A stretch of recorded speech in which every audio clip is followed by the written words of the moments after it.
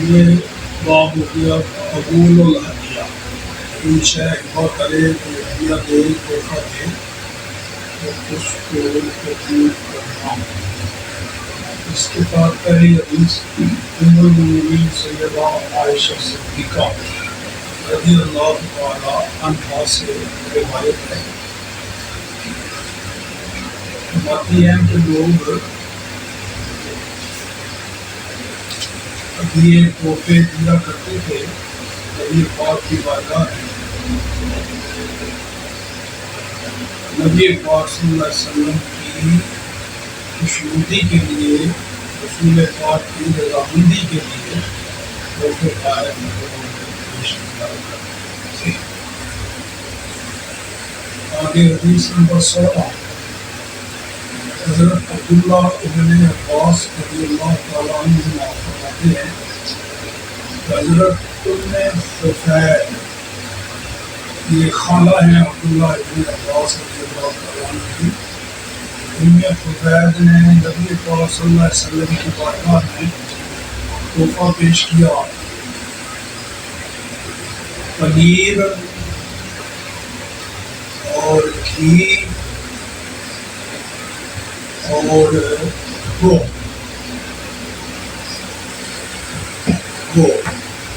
یہ ہوتی نا چھپکلی،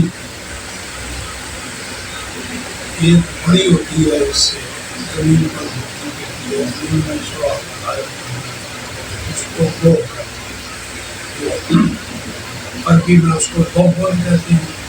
ادب اس کی جمع فرمائے دار دوبر، تو وہ یہ پیش کیے نبی پاک۔ نبی پاک صلی اللہ علیہ وسلم نے سے پنیر کھایا، گھی بھی کھا لیا، لیکن وہ کو چھوڑ دیا، تکذرًا ناپسند کرتے ہوئے، وہ ان کو پسند ہے۔ ابن عباس رضی اللہ تعالیٰ عنہما فرماتے ہیں کہ نبی پاک کے دسترخوان پر وہ کھائی گئی، آپ نے وہ تو نہیں کھائی، اور ساتھ جو دوسرے صحابہ کرام بیٹھے تھے ان کے آگے پر انہوں نے کھائی۔ عبداللہ ابن عباس فرماتے ہیں کہ وہ کھانا حلال ہے، اگر حرام ہوتی تو نبی پاک کے دسترخوان کے سامنے نہ کھائی جائے۔ لیکن یہ یاد رہے کہ یہ اب یہ حکم منسوخ ہے، بعد میں نبی پاک نے گو کا کھانا منع کر دیا، حرام قرار دے دیا۔ پہلے جب منع نہیں تھا اس وقت کھا لیا جاتا تھا، تو اب حدیث میں آ گیا ہے نبی پاک صلی اللہ علیہ وسلم نے منع فرمایا، حشرات الارض سے منع فرمایا، جو زمین پر رینگنے والے جانور ہیں، جیسے سانپ ہو گیا، ہو گئی، اب اس کے کھانے کی اجازت ہے۔ حدیث نمبر 17، حضرت ابو ہریرہ رضی اللہ تعالیٰ عنہ روایت فرماتے ہیں کہ نبی پاک صلی اللہ علیہ وسلم کی بارگاہ میں جب کوئی کھانا پیش کیا جاتا، سأل عنہ، نبی پاک اس کے بارے میں پوچھ لیتے کہ یہ ہدیہ ہے یا صدقہ ہے؟ اگر کہا جاتا کہ صدقہ ہے تو قال لاصحابہ کلوا، پھر نبی پاک اپنے صحابہ کو کہتے تم کھا لو، خود نہ کھا۔ اور اگر کہا جاتا سرکار یہ صدقہ نہیں، یہ ہدیہ ہے، اب نبی پاک صلی اللہ علیہ وسلم خود بھی اپنا دست اقدس کراتے اور لوگوں کے ساتھ مل کے نبی پاک کی بارگاہ میں ہدیہ پیش کیا جاتا تو خود بھی پاتے، دوسروں کو بھی کھلاتے، اور اگر کوئی صدقہ پیش کرتا تو دوسروں کو کھلا دیتے، خود نہیں کھاتے۔ یہی وجہ ہے کہ آل رسول پر بھی صدقہ جو واجبی صدقہ ہے، زکوٰۃ ہو گیا، فطرانہ ہو گیا، یہ سیدوں کو نہیں دیا جاتا ہے۔ حدیث نمبر 18، حضرت انس بن مالک رضی اللہ تعالیٰ عنہ فرماتے ہیں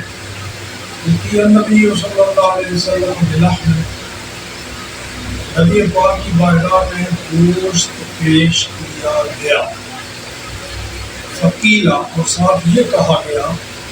تصدق علی بریرہ، یہ حضرت بریرہ پر صدقہ کیا گیا تھا، تو وہ ہم نے آپ کی بارگاہ میں پیش کیا ہے۔ قال، نبی پاک نے فرمایا ہوا لہا صدقۃ ولنا ہدیۃ، یہ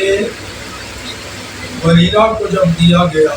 تو وہ صدقہ کر کے دیا گیا، اب وہ اس نے ہمیں دیا تو اب وہ ہمیں صدقہ نہیں دے رہی ہے، ہدیہ دے رہی ہے، یعنی حیثیت بدل گئی۔ اب یہ ثابت ہو گیا آپ نے زکوٰۃ دینی ہے، کسی امیر کو نہیں دے سکتے، اپنی ماں باپ کو نہیں دے سکتے، کسی مستحق زکوٰۃ کو دے دی، وہ اگر اپنی طرف سے آپ کے ماں باپ کو دے یا کسی سید کو دے یا کسی کو تو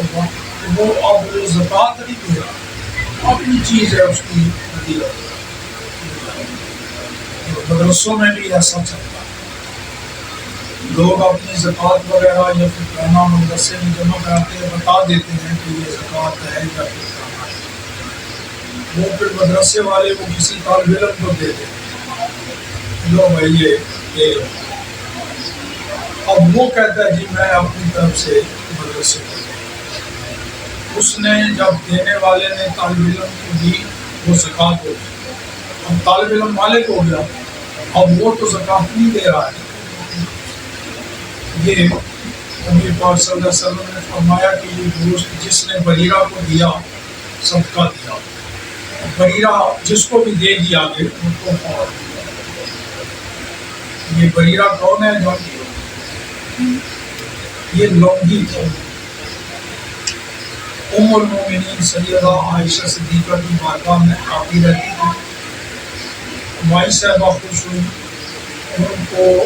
بریرہ کے مالکوں سے خریدا اور آزاد کیا۔ اب وہ سیدہ عائشہ صدیقہ کی بارگاہ میں آنا جانا ہوتا، نبی پاک کی بارگاہ میں آتی رہتی وہ حضرت بریرہ، تو میں نے اب تو بچیوں کا نام پوچھتا ہے کہ کیا رکھیں، زیادہ تر 4 نام بتا دیتا ہوں ان میں سے جو بریرہ، ان میں پہلا نام بریرہ،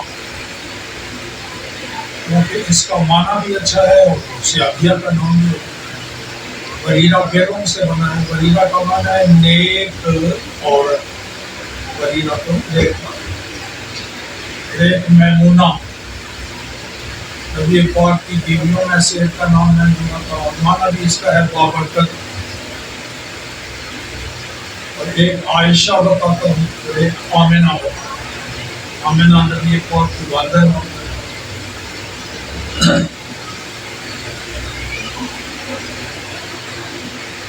چلیے جی اب آگے جی حدیث نمبر 19۔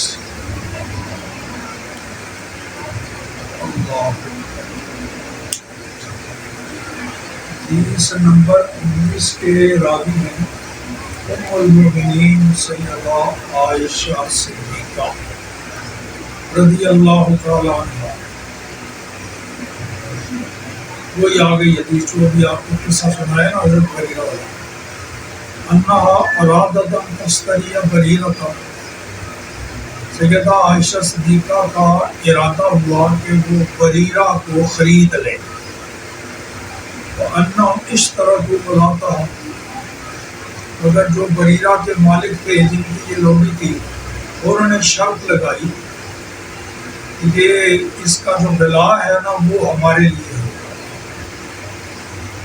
بلا ہمارے لیے۔ بلا کا مطلب یہ ہے کہ جب یہ فوت ہو اس کا اور کوئی والی وارث رشتہ داروں میں نہیں ہے تو اس کا جو ورثہ وغیرہ ہوگا وہ ہمیں ملے گا، یہ شرط لگائی بریرہ کے مالکوں نے۔ فذکر علی نبی صلی اللہ علیہ وسلم، رسول اللہ کی بارگاہ میں اس بات کا تذکرہ کیا گیا، نبی پاک نے سیدہ عائشہ صدیقہ کو فرمایا اشتریہا فآتیکیہا، خرید لینا اس کو اور اس کو آزاد بھی کر دیا۔ فإنما الولاء لمن آتاک، جبکہ ولا جو ہوتا ہے وہ اس کے لیے ہوتا ہے جس نے آزاد کیا، ولا کا حق ان کو نہیں ملے گا، انہوں نے خرید کے بریرہ کو آزاد کیا، اس کے ولا کا حق اس کی متولیہ کی ہے۔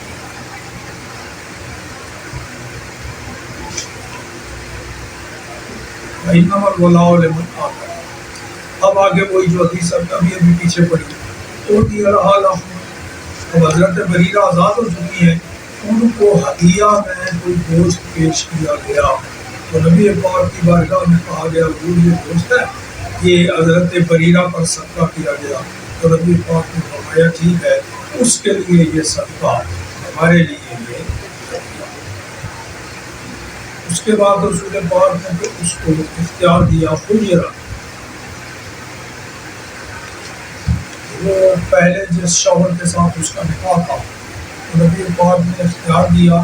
کہ پہلے تو لونڈی تھی، تیرا نکاح ہوا، اب تو آزاد ہے، اب خود مالک و مختار ہے، چاہے تو اس نکاح کو برقرار رکھ، چاہے تو اس کو ختم کر دے، یہ اختیار ہے، اب تو اپنی مرضی سے نکاح